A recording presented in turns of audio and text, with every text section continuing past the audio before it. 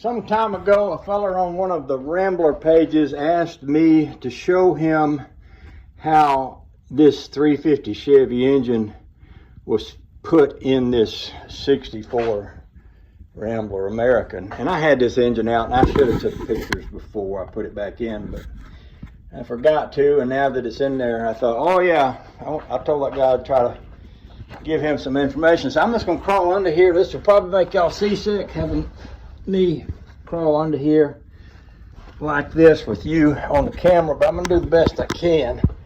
So we'll start at the front. This piece right here, somebody made. It bolts, it welded to the frame. It comes out like this.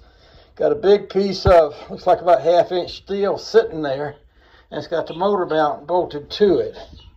Now that piece goes from here all the way back behind on top of this mount, which would have been the original Rambler front cross member. I'm going to stick you up here. You can see that's just one big giant plate. It's bolted back here to the cross member, and the motor mount is mounted to it. And that is the same thing that's on both sides as far as mounting the Chevy engine to. They've added that. What is that, 1/2 inch steel? Yeah, probably.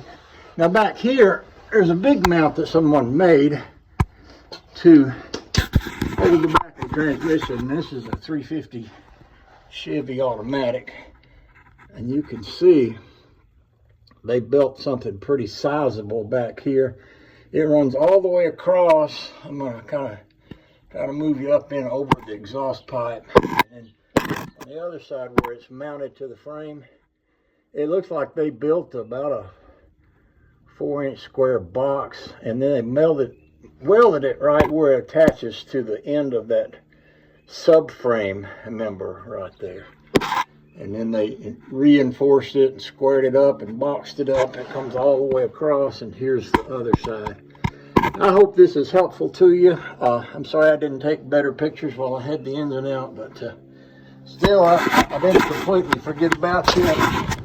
Now that I'm under here, I was looking at it and I was thinking, oh man, I should have took a couple pictures, because I told that fella I'd make him a video. So this is for you.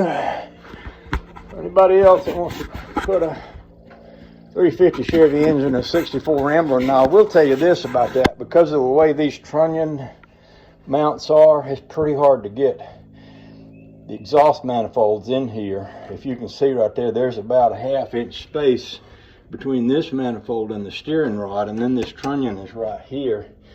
I've got some headers, but I can't get them on there because there's no place for them to go, because most headers come out and down. Same thing over here. You see how close. This is like a 67 Chevy exhaust manifold. It's probably the same thing they put on a lot of the trucks back in the 80s, 70s, all that stuff.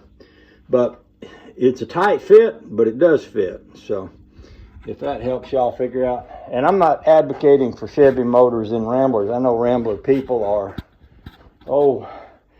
they prefer Rambler motors, but sometimes you just have to do what you have to do with what you got to work with. So I bought this car with that motor in it, and there it is. Y'all have a nice day.